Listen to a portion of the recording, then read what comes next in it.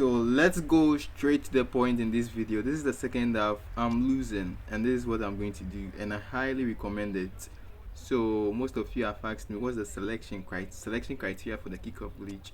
Use players with some ball control and passing values. This time around we are using Messi, and for the individual instructions you can use 2 counter targets or 1 counter target. I'm using counter target on the right winger forward, that is Bruno Fernandes right now. You can use all 2 or just 1 counter target. Now let's go into the second half, and we are going to apply the kickoff glitch since I'm losing. And guys, please smash that like button.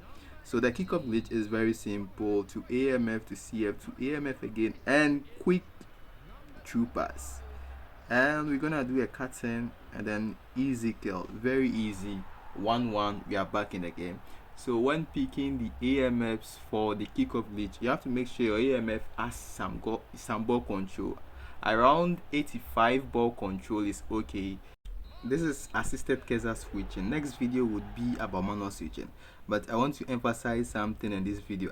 I posted something in the Telegram channel right now. I don't know whether you guys have seen it. It's about ball control. Now 2 things happen in the game when, like, before and after. Before you are receiving the ball, the values that work is tackling, but after you receive the ball is ball control. Now if the ball control of your defender is very low, after he successfully wins the ball, he's going to push the ball up very high. That is why I highly recommend you guys, if you've seen the previous full Manchester United training guide, I highly recommend you guys add ball control to the defenders. Tackling is also good, but tackling is the before, so the player is going to tackle for the ball. Since he's going to tackle for the ball, if he has a low tackling, that means he's going to either miss the tackle or do something stupid. Also, the same thing applies to after he wins the tackle or he wins the ball. If he doesn't have high ball control, he's going to do something stupid again. So both ball control and tackling are equally important. Now Rashford has another chance, and easy. We've done a successful comeback in this match.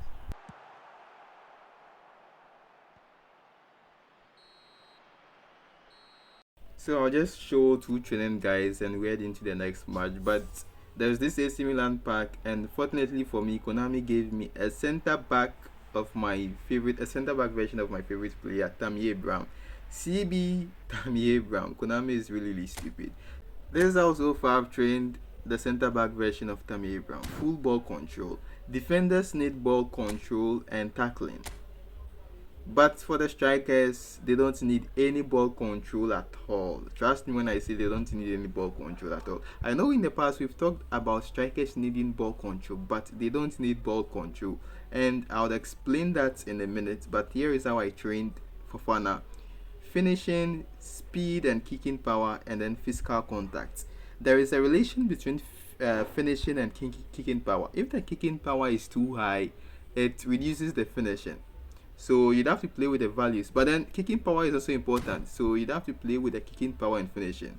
But if kicking power is very high, it affects finishing. That's something I want you to know. Ball control is not important for strikers, because low ball control is actually a good thing for strikers. It makes them push the ball forward in order to generate enough power. Let me repeat myself. Low ball control allows your strikers to generate enough kicking power. If your striker has very high ball control, it would be so close to the ball that it can't generate very high kicking power. So the only advantage of high ball control is if you want to dribble. Aside that, low ball control is actually a good thing, because it allows your player to push the ball forward. That's how the game is. If your player has low ball control, is going to push the ball forward a bit whenever he receives a pass. But players with high ball control would stick close to the ball after receiving it. So when they push the ball forward a bit because of low ball control, you can actually generate very high kicking power. But as you can see, Tammy Abraham successfully controlled that ball and cleared it, because for center backs, they need the ball control. I hope you are getting what I'm saying. Center backs need the ball control because you want them to stick to the ball, close to the ball. You don't want them to push the ball too far for the striker to come and get it.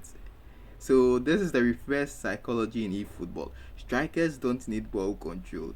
It is the defenders that need the ball control. But defenders don't need only ball control. There are two values that controls how your defender would control the ball. It is the tackling and ball control. These two values, they control how your defender would control the ball. But it is only one value for strikers that control their ball control, which is only ball control for strikers. So in summary, strikers don't need ball control. Even if your striker already has some ball control, don't increase it. Just leave the ball control as it is, unless you want to dribble. I hope you guys get me. So that is how I've trained those two players, Fofana and Tammy Abraham. Tammy Abraham full ball control, but they will still need that tackling value. The tackling value is still important because the game uses both tackling and ball control simultaneously. You can't just use only tackling because sometimes the game uses the ball control. So that's the controversies and the defensive aspect. But for the attacking aspect, only finishing, speed, kicking power, then physical contact. Physical contact is also very, very important. It's very, very important for strikers. It's very, very important, especially when they are going to shoot the ball. When they are going to shoot the ball, it makes them shield it. So sometimes you want to take a very quick first time shot. When you take that very quick first time shot, it makes your strikers shield the ball. And this Rashford without ball control, you see that he'll be pushing the ball forward a bit, and that's it. Very easy. But if Rashford has very high ball control, the ball would stick very, very close to his foot, and that would be making your player turning on the ball instead of moving the ball. This is something you guys have to take notice of. And if you want to see the full training guide for the Manchester United team, I've placed the link inside the video description. The link to that video is inside the video description. Check that video out, guys. Also, this is full manual switching, but I recommend you guys to use assisted Keza. The first match I used was assisted Keza. This is manual switching because we use this manual switching to see how the game actually works, how they are moving and stuff. And yeah, so far so good. It's good, but you can't always trust manual switching in the sense that the players don't always move the way you'd want them to. Sometimes they would move the way you want to, sometimes they are doing what they want. So use assisted Keza. You have full control. But there is another thing we'll talk about later with assisted Keza. That is the player's foot. Like how strong is his weak foot, those kind of thing. Because sometimes you want the player to intercept the ball. Sometimes it sticks out his leg without winning the ball. It's all because of this. One player stick out his foot. This then Casemiro's strong foot is left, so usually he's going to stick out his left foot. This is something about using matchup. So right now I'm using the dash, but when you are using dash to dash is the best thing to do, but it's very hard to dash in the sense that when you want to dash, the player would start by walking before the dash takes effect. And if it were up to me, I would completely remove matchup from the game completely, because matchup is one stupid thing. It doesn't, there are so many complications with matchup. First and foremost, your opponent, when he presses matchup, is directly facing against your players. And the other thing I want to mention before we drop the next video is use this guy. Buy this guy, Ter Stegen. I think it's the best standard goalkeeper ever. I tested something with Onana, that is this match, and what I tested was Onana has catching value of 66. Onana has 66 catching value. I didn't increase it. Then I increased only GK awareness and GK reach. But somehow, for the couple of matches I've played Onana with low catching value, is really, really OP. GK awareness is actually a very, very good thing because it controls the positioning of the goalkeeper and whether the goalkeeper should come forward and claim a ball. So GK awareness is actually good. for GK parrying and reach, Konami hasn't given any legit, by legit I mean practical info, like a gameplay of how parrying and reach works. The only thing Konami has given is the GK awareness. So based on that, I would say always train your goalkeeper with high GK awareness. Then the other two values are where the controversies lie: GK reach and GK catching. This Onana has 0.66 catching value. Can you believe it? But it's quite okay in this match and some other matches I've played. So that made me think that catching is useless. But if I use this same 66 Onana in a penalty kick, it's going to feel miserable.